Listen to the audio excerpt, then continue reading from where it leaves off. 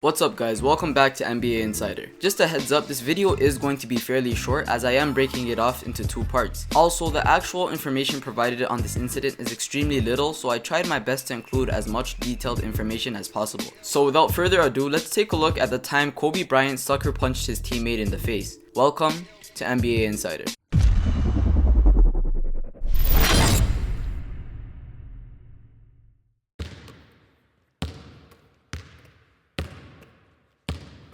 During Kobe Bryant's older days as a Laker, he was of course young, but more importantly reckless. It didn't take much for young Kobe Bryant to get into an argument or throw his hands up in an attempt to fight. Now this was a common characteristic among many other young talented NBA players. A lot of them were hotheads and had no remorse for their opponents. A lot of this behavior came from them feeling like they had to solidify their positions as players and let others know that they were not to be messed with. Some would argue with other players because they felt something they said or did was wrong. Others would prepare to fight only if they felt threatened or felt it necessary to fight back. Now in this case, none of the above were present. Kobe Bryant was known to be an individual who would go at anyone, including great players such as Michael Jordan and Reggie Miller. Kobe did not give any damns no matter the situation or person. So if he believed you were trying him in any way, he'd take it personal. Which brings us to Samaki Walker, a former teammate of Bryant's on the championship winning 2002 Lakers team. Walker was drafted by the Dallas Mavericks as the number 9 overall pick in the 1996 NBA draft, 4 spots ahead of Kobe Bryant. He eventually joined the Lakers in free agency in July 2001. Samaki Walker's time with the Lakers was short but exciting. He played alongside the Lakers from 2001 to 2003. Unfortunately, it was not the best 2 years of his short career, considering it was during this time that he would face one weird incident that no one really ever got to the bottom of: the time Kobe punched him in the face. Luckily for Walker, the story didn't get much press at the time. The only attention it had received was when Phil Jackson addressed it briefly during an interview, so he didn't have to worry about everyone knowing about his incident in which he was punched in the face by a superstar. During an interview with the Brown and Scoop, Walker said the punch came during a team bus ride. The reason for the punch? Because Walker owed Kobe $100 from a lost bet. As a matter of fact, everyone on the team actually owed Kobe that money. Walker just happened to be the first person the Mamba would release his anger out on. Walker describes the story himself saying, "We got into it. I'm still figuring it out to this day. It was probably one of the craziest, most immature situations because the situation from what I understand was over $100. After practice, we usually get together as a team and we play the half-court shot game. What everybody will do is put $100 in the pot, shoot a half-court shot, and whoever makes it first, considering everyone else gets their turn, gets the pot. Kobe won the half-court contest, and the rule is you get 48 hours to pay the $100. There wasn't even 48 hours. Kobe comes to me on the bus and asks me where his $100 are. Believe it or not, out of all the people, he chose me, which is still to this day puzzling. I told him, listen, we were going to shoot around at the time. Man, I don't have no $100 on me right now. I put my earphones back on, and once I put my earphones back on, the most amazing thing happened. Kobe sucker punched me. Yup, it was a sucker punch, right to the face, out of nowhere. Following the incident, Walker asked head coach Phil Jackson to stop the bus and wanted to take the fight outside before Kobe Bryant declined. Phil Jackson called it an isolated incident between Walker and Bryant and nothing drastic. Phil Jackson said, "It's just kids play. It's juvenile stuff. This is an isolated incident." To be honest, I didn't feel it was of any importance, but there was a noticeable mark on Samaki. The punch left a mark on Walker's eye, and later, after being restrained and talked to by teammates such as Shaquille O'Neal, he calmed down. It was actually Shaquille O'Neal's bodyguard, Jerome, that prevented Walker from fighting back. Eventually, Walker said Jerome managed to get Kobe to apologize, and he did. But during the interview, it was crystal clear that Walker was still pissed about it at the time. Walker, who was traveling with the team despite being on the injured list, wore a bandage over his right eye while on the bench the following game. It's a good thing Shaq's bodyguard ended the fight because this incident would have created a huge brawl between the players and possibly could have ruined Kobe's relationship with the rest of the Lakers. What many of Kobe's teammates didn't know at the time was that he was facing issues with Shaquille O'Neal and their relationship wasn't exactly the best. Shaq was on edge because he had not yet received a new deal and Kobe was on the verge of becoming a prisoner for his rape charges. This combination was not the best as tensions would rise in the smallest of situations. There was also the fact that Kobe was going through some situations with his wife and his parents, so things were really stressful for him. Unfortunately for Walker, he just happened to come to the team at the worst time when all this stuff was happening and got caught up in it. Walker said since he's left the Lakers, Bryant has reached out and and provided memorabilia for a charity he runs, and that he respects him as an athlete and competitor. Walker said, "I appreciate a guy who has the mentality of Kobe Bryant. I learned a lot watching him, and for that, I'm thankful." In the end, the two would resolve their issues and return to one another as friends. This story caught my attention after I watched a couple of videos on Kobe Bryant and his most reckless incidents. I initially wasn't going to make this video because I thought it would be too short, but then I realized that if I hadn't known about this, maybe you guys wouldn't either, and if I can bring a story to you guys that you never knew about before, then it would be worth it. Doing this video actually reminded me that Kobe is gone,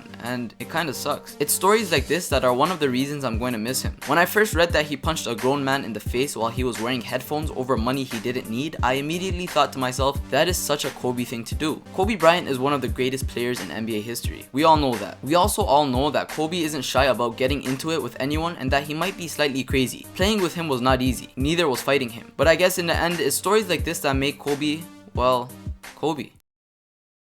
And that concludes the video. As always, if you enjoyed this video and would like to see more content, make sure to leave a like and subscribe. If I made any mistakes or missed anything that you felt should have been included, let me know. Also, if you have any recommendations for future videos such as interesting stories or topics like this, please feel free to leave them in the comment section down below. As always, thanks for watching NBA Insider.